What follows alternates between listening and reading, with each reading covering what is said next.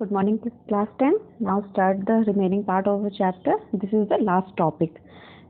The name of the topic is excretion.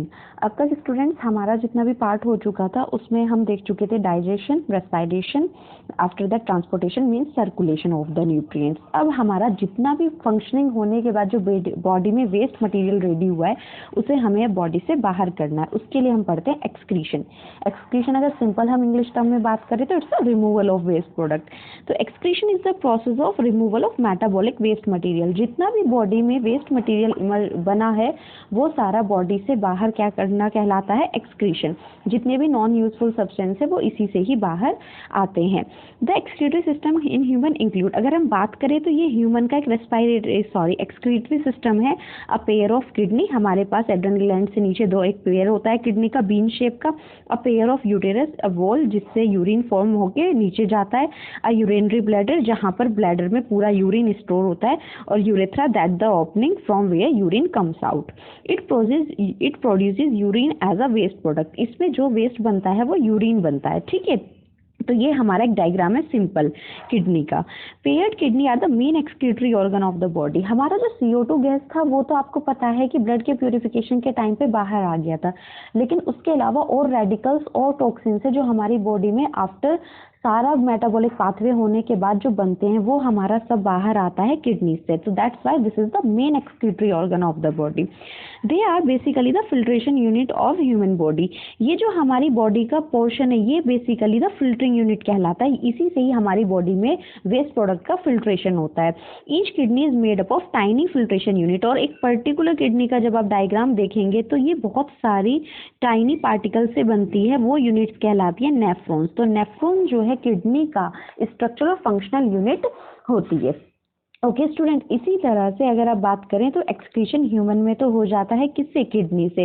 लेकिन अगर आप छोटे ऑर्गेनिज्म की बात करें तो वो तो इतने फुल्ली डेवलप नहीं होते. जैसे हमारे पास लंग्स थे, लेकिन जो यूनिसेलुलर ऑर्गेनिज्म थे उनके पास लंग्स भी नहीं थे डाइजेशन के लिए. हमारे पास पूरी एलिमेंट्री कैनाल थी, उनके पास नहीं थी. तो जो सिंपल होते हैं वो ऑर्गेनिज्म इसी अपनी बॉडी सरफेस से ही एक्सक्रीशन करते हैं. जैसे कि हम अमीबा, पैरामीशियम, यूग्लिना, जो अपना रिमूव सारा किससे कर देते हैं, वेस्ट, सिंपल डिफ्यूजन से. तो सारा उनका बॉडी तो चली जाती है. क्या वो अपना अमीबा तो अपनी बॉडी से डिफ्यूज कर देता है. इसी तरह अगर पैरामीशियम की बात करें, वो हमने बताया था जब पैरामीशियम और ये सब फूड लेते हैं तो अपनी बॉडी में कॉन्ट्रेक्टाइल वैक्यूल बनाते हैं जिससे वो बॉडी में फूड का अपटेक भी करते हैं और बाहर भी निकालते हैं. यूनिसेलुलर सारा अपना जो वैक्यूल है उसी पे ही फूड मर्ज करके आउटसाइड एनवायरनमेंट में, वाटर में जिसमें वो रह रहे हैं उसमें छोड़ देते हैं. लेकिन अगर ह्यूमन की बात करें तो ह्यूमन में जो फिल्ट्रेशन यूनिट है वो basically a pair of kidney है. ये फिल्ट्रेशन यूनिट से बनी होती है जिन्हें हम नेफ्रॉन कहते हैं. और जो किडनी का परफॉर्म करती है क्रूशियल फंक्शन जैसे कि फिल्टरिंग वेस्ट मटेरियल. आप मेडिसिन लेते हैं उसमें जो टॉक्सिक सब्सटेंस होते हैं ब्लड से वो भी बाहर किडनी करती है. बॉडी में फ्लूइड बैलेंस, कितना फ्लूइड हमारी बॉडी में मेंटेन रहना है, किस पीएच के साथ वो मेंटेन रहना है, कितना आयरन कंसंट्रेशन रहना है, ये सब भी कौन मेंटेन करता है, किडनी. पीएच का रेगुलेशन करना, ब्लड में कितनी पीएच रहनी है, वो एक्स्ट्रा सेलुलर फ्लूइड अगर की वॉल्यूम अगर हमारी बॉडी में ज्यादा हो रही है वो भी यही करती है. जो हार्मोन हमारी बॉडी में सिक्रीट हो रहे हैं रेड ब्लड सेल बनाने के लिए, बोन की हेल्थ के लिए, वो सारा ब्लड प्रेशर वो भी किडनी ही मेंटेन करती है.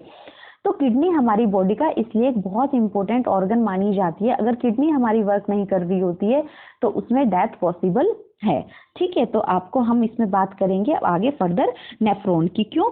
क्योंकि किडनी का जो मेन बीन शेप की किडनी है जो उसके अंदर फंक्शनल यूनिट है वो तो बेसिकली नेफ्रॉन ही है. ये तो एक प्रॉपर एक्सक्रीटरी सिस्टम हो गया कि किस तरह से काम करती है. लेकिन हमें बात करनी है पर्टिकुलर किसकी, किडनी के नेफ्रॉन्स की, जिसकी पूरी किडनी बनी है. तो हम नेक्स्ट में बोर्ड में बात करते हैं नेफ्रॉन की. तो जैसे मैंने बताया nephron are the structural function unit of kidney. Kidney में जो फंक्शनल यूनिट प्रेजेंट है जो वर्क करने में कैपेबल है वो नेफ्रॉन्स है. Each kidney has million of nephrons. Kidney के एक पर्टिकुलर नेफ्रॉन का डायग्राम है. Each kidney million of nephrons की बनी होती है जो उसका स्ट्रक्चरल फंक्शन यूनिट प्रोवाइड करती है किडनी को. Each nephron has 2 parts. Nephron के अगर हम 2 पार्ट की बात करें तो Malpighian body and renal tubule. Renal tubule में हमारी proximal tubule, distal tubule, loop of Henle, ये 3 ट्यूब्स आती हैं. जितना भी वेस्ट निकलने के बाद जो बॉडी में यूजफुल सब्सटेंस है वो इन्हीं के द्वारा एब्जॉर्ब किया जाता है। अब हम मेल्फेगियन बॉडी की बात करें तो ये कप लाइक स्ट्रक्चर आता है किसमें, जिसे हम वोमन कैप्सूल कहते हैं। This is woman capsule. ये खुलता है किसमें, बंच ऑफ कैपिलरीज में, जिस स्ट्रक्चर हम ग्लोमेरुलस कहते हैं। तो सेकंड स्ट्रक्चर इज ग्लोमेरुलस। तो मेल्फेगियन बॉडी किसकी बनी है, कप लाइक स्ट्रक्चर की, उसमें है वोमन कैप्सूल एंड एक बंच होता है कैपिलरीज का जो सारे हमारे ब्लड से वेस्ट लाती है। वो कहाँ खुलता है, ग्लोमेरुलस में। Clear. They together filter waste material. यही दोनों मिलके सारे ब्लड का फिल्टरिंग करते हैं, जितना भी यूजफुल सब्सटेंस है यहाँ लाते हैं। और उसमें से फिर जो रेनल ट्यूब्यूल वाला पोर्शन है, सेकंड रीजन है, जिसमें हमारी convoluted tubule, loop of Henley and distal convoluted tubule, ये जितना भी वेस्ट है उसे तो दे देंगी फिल्टर करने के लिए, यूरिन बनाने के लिए, बाकी को एब्जॉर्ब करके बॉडी में पैक कर देती हैं ब्लड के साथ। These region absorb back useful substance. जितना भी वो यूजफुल सब्सटेंस है उसे एब्जॉर्ब करेंगे और जितना भी ब्लड से फिल्टर आउट हुआ है उस वेस्ट को ये इसमें छोड़ देंगी। The output from nephron is called urine. और जो नेफ्रॉन वेस्ट बनाता है उसे हम यूरिन कहते हैं, जो हमारे यूरेथ्रा में स्टोर होके बॉडी से बाहर हो जाता है। ये हमारे नेफ्रॉन का काम है, जिसमें वोमन कैप्सूल से एफरेंट आर्ट्रियोल निकलती है, सारा वो लेके आती है। इससे हमारा H2O, यूरिया और NaCl की कंसंट्रेशन, ये सारा इसी की मदद से बाहर आता है। अगर हम एक किडनी का डायग्राम इस तरह से देखें, जैसे बीन शेप होती है, तो सबसे पहले इसमें कॉर्टेक्स होता है, फिर एक आउटर मेड्यूला होता है और फिर इनर मेड्यूला होता है। तो कॉर्टेक्स और मेड्यूला इसके दो पार्ट होते हैं। इसी में ही ये नेफ्रॉन का सारा फंक्शन होता है। मेल्फेगियन ट्यूब्यूल जो है हमारा ऊपर के पोर्शन में पाया जाता है, मींस कॉर्टेक्स में, और जो आउटर मेड्यूला और इनर मेड्यूला उसमें हमारे रेनल ट्यूब्यूल्स पाए जाते हैं, जो NaCl H2O की सारी कंसंट्रेशन को मेंटेन रखते हैं। तो हमारा किडनी का बेसिक स्ट्रक्चर यूनिट है नेफ्रॉन, और नेफ्रॉन ही वो फंक्शन करती है जो यूरिया यूरिन फॉर्म करती है। ओके स्टूडेंट, ये हुआ हमारा किडनी। अब बात करें, अगर हमारी किडनी फंक्शन नहीं कर रही होती है तो हमें किडनी ट्रांसप्लांट कराना होता है, जो कि एक बहुत ही कॉस्ट इफेक्टिव वो चीज़ मानी जाती है, जो हर कोई अफोर्ड नहीं कर सकता। उसी के लिए, उसी से बचने के लिए जो लोग पूरे वेल्दी होते हैं और अब उनके पास अगर पैसा होता है तो वो आर्टिफिशियल किडनी का यूज़ करते हैं, जो किडनी खराब होने पर हमें हेल्प करती है। तो ये आपकी बुक में छोटा सा टॉपिक है, हीमोडायलिसिस, आर्टिफिशियल किडनी, कभी कभी आ जाता है पेपर में। व्हेन द किडनी फेल, जब किडनी अपना फंक्शन से फेल हो जाती है तो इसकी वजह से बॉडी में लॉट्स ऑफ कॉम्प्लिकेशंस हो जाते हैं। जिस सिचुएशन को कंपनसेट करने के लिए टेक्निक जनरेट की गई है, जिसे हम डायलिसिस कहते हैं, हीमोडायलिसिस कहते हैं, जो ब्लड को प्यूरिफाई करती है। आपने देखा ऑस्मोलैरिटी, पीएच मेंटेन, ब्लड में आयरन कंसंट्रेशन, फ्लूइड कंसंट्रेशन, अगर ये ऊपर नीचे हो गई, बॉडी से रेगुलेशन इसका खत्म हो गया, तो इसलिए डेथ पॉसिबल है ही। इसी की वजह से, इसी ब्लड को प्यूरिफाई करने के लिए हीमोडायलिसिस एक टेक्निक जनरेट की गई है, जिसमें एक मशीन लगाई जाती है जो फिल्टर मशीन होती है, जिसे हम डायलाइजर कहते हैं और आर्टिफिशियल किडनी कहते हैं। इसमें पेशेंट को वो पर्टिकुलर टाइम पे जाता है, वीकली, मंथली, उसे एडमिट करके आर्टिफिशियल किडनी से उसकी बॉडी से सारा वेस्ट बाहर किया जाता है। जैसे आपको ये पूरा अपरेटस नजर आ रहा होगा, इसके अंदर हमारा इसमें वो लगाए जाते हैं, पाइप्स लगाए जाते हैं, आर्टरी उससे कनेक्ट की जाती है इंजेक्शन से, और पंप करके ब्लड को बाहर निकाला जाता है। अब ये जो डायलाइजिंग सॉल्यूशन होता है, ये जो हमारी ट्यूब बनी हुई है, ये सेमी परमिएबल की मेम्ब्रेन की बनती है, जिसे आप जानते हैं कि सेमी परमिएबल मेम्ब्रेन जो है एक्स्ट्रा जितना भी प्रोडक्ट्स को अंदर लेती है वो पार्शियली लेती है सेलेक्टिव के हिसाब से, इसीलिए वो सेलेक्टिवली अब्सॉर्ब करती है।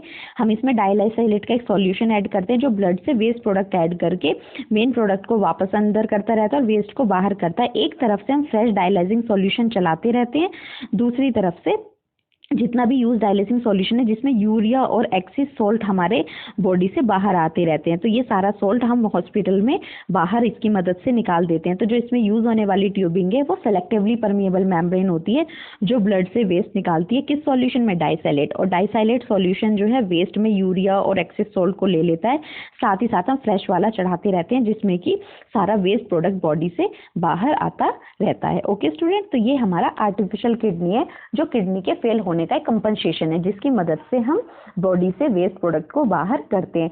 ये डाइसैलेट जो है अदर साइड पे फ्लो करता रहता है और सारी इम्प्योरिटी को बॉडी से बाहर करता रहता है, और जितने भी सोल्ट हैं वो बॉडी से रिमूव हो जाते हैं। बॉडी में इलेक्ट्रोलाइट का बैलेंस मेंटेन रखता है और मेटाबॉलिज्म के रिएक्शन करने के लिए फिर से बॉडी रेडी हो जाती है। ओके स्टूडेंट, तो ये हुआ आपका haemodialysis means artificial kidney. Next हम बात करेंगे एक्सक्रीशन इन प्लांट, जो कि एक सिंपल सा टॉपिक है, आपका इस चैप्टर का लास्ट टॉपिक है। ठीक है, इसको मैं बताती हूँ। आपको पता है कि प्लांट्स में हमारा एक्सक्रीशन सिस्टम पर्टिकुलर कोई नहीं पाया जाता, उनके पास कोई किडनी का पेड़ नहीं होता है, ना लंग्स होते हैं CO2 बाहर करने के लिए। उनकी बॉडी में ये सारा जो है उनके सरफेस पे ही चलता है। देखो कैसे, सेल्यूलर रेस्पायरेशन, हमें पता है कि प्लांट्स में भी रेस्पायरेशन होता है, प्लांट में भी रेस्पायरेशन होता है जिसे हम सेल्यूलर रेस्पायरेशन कहते हैं। सेल्यूलर रेस्पायरेशन एंड एक्सक्रीटरी, ठीक है, यहाँ पे 2 वर्ड है। तो सेल्युलर रेस्पायरेशन में on photosynthesis and other metabolic reaction produce a lot of excretory product in plant. इन्हीं सेल्युलर रेस्पायरेशन से और फोटोसिंथेसिस से जितनी भी रिएक्शन होती है उससे भी एक्सक्रीटरी प्रोडक्ट प्लांट में बनते हैं, लाइक कार्बन डाइऑक्साइड। जब प्लांट अपना रेस्पायरेशन करता है तो कार्बन डाइऑक्साइड बनाता है। एक्सेस वाटर प्रोड्यूस होता है रेस्पायर नाइट्रोजनस कंपाउंड, जब नाइट्रोजन साइकिल रन होती है प्लांट्स में तब भी ये होता है। जितना भी प्रोटीन बनता है, मेटाबॉलिज्म होता है, वो सब भी मेजर प्रोडक्ट हैं किसके, प्लांट्स के। इसी तरह प्लांट भी 2 गैसियस एक्सचेंज प्रोडक्ट करता है। आप जानते हैं जब वो फोटोसिंथेसिस कर रहा होता है, मींस ऑटोट्रॉपिक से अपना खाना खुद बना रहा होता है, तब फोटोसिंथेसिस से ऑक्सीजन लिबरेट होती है जिसे वो रेस्पायरेशन में यूज करता है, फिर CO2 बनाता है थोड़ी। इसी तरह वो कार्बन डाइऑक्साइड निकाल रहा है रेस्पायरेशन के टाइम पे, क्योंकि प्लांट भी ऑक्सीजन इनटेक करता है अपने रेस्पायरेशन के लिए। ये सब एक्सचेंज कहाँ से हो जाता है, स्टोमेटल पोर से। तो आपको पता है लंग्स की जगह पर प्लांट के पास क्या है, स्टोमेटा के पोर्स, वो छोटे छोटे छेद जो लीफ के अंडर साइड पे प्रेजेंट होते हैं, किसके लिए, गैसियस एक्सचेंज के लिए। तो ये इन्होंने एक वेस्ट तो अपना कहाँ से निकाल दिया, स्टोमेटा से। सेकंड अगर बात करें, ऑक्सीजन जो रिलीज हो रही है फोटोसिंथेसिस के टाइम पे और रेस्पायरेशन के टाइम पे कार्बन डाइऑक्साइड, ये भी वो फोटोसिंथेसिस करने के बाद बाहर छोड़ देता है। एक्सेस वाटर जो निकल जाता है वो ट्रांसपायरेशन से। आप जानते हैं कि प्लांट ट्रांसपायरेशन का फिनोमेना परफॉर्म करते हैं एक्सेस वाटर निकालने के लिए। आपने देखा होगा प्लांट की टिप पे जो एक्स्ट्रा पानी पाया जाता है वो ट्रांसपायरेशन से बाहर आता है। तो एक इन्होंने निकाल दिया रेस्पायरेशन से, एक फोटोसिंथेसिस से, स्टोमेटल पोर से, तीसरा ट्रांसपायरेशन से। Organic by product generated by plant are store in different part. इसी तरह कुछ ऑर्गेनिक प्रोडक्ट्स होते हैं वो अपने डिफरेंट पार्ट में स्टोर कर लेते हैं, like gums, oils, latex, resins etcetera, some waste product. ये प्लांट के बार्क, स्टेम और लीव में स्टोर होते हैं, ठीक है। Eventually plant shed off their part, eventually plant shed off leaves part, और जो अपना ये प्लांट पार्ट है उसे भी शेड कर देते हैं, बाहर निकाल देते हैं, ठीक है। Few example of excretory product of plant are oil, जैसे कि जो ऑयल ऑरेंज से, इक्लिप्टस से, जैस्मीन से ऑयल, लेटेक्स, ये सब निकलते हैं रबर प्लांट से, ये वो अपने बार्क और स्टेम के द्वारा बाहर कर देते हैं। Sometimes plant even excrete into the soil, कभी कभी प्लांट अपना वेस्ट प्रोडक्ट कहाँ भी सिक्रीट करते हैं, सॉइल में भी। जो रूट के द्वारा वो जो वेस्ट है वो प्लांट कहाँ एक्सक्रीट कर देते हैं, सॉइल में, जो फिर सॉइल में ह्यूमस बनाने के काम आता है।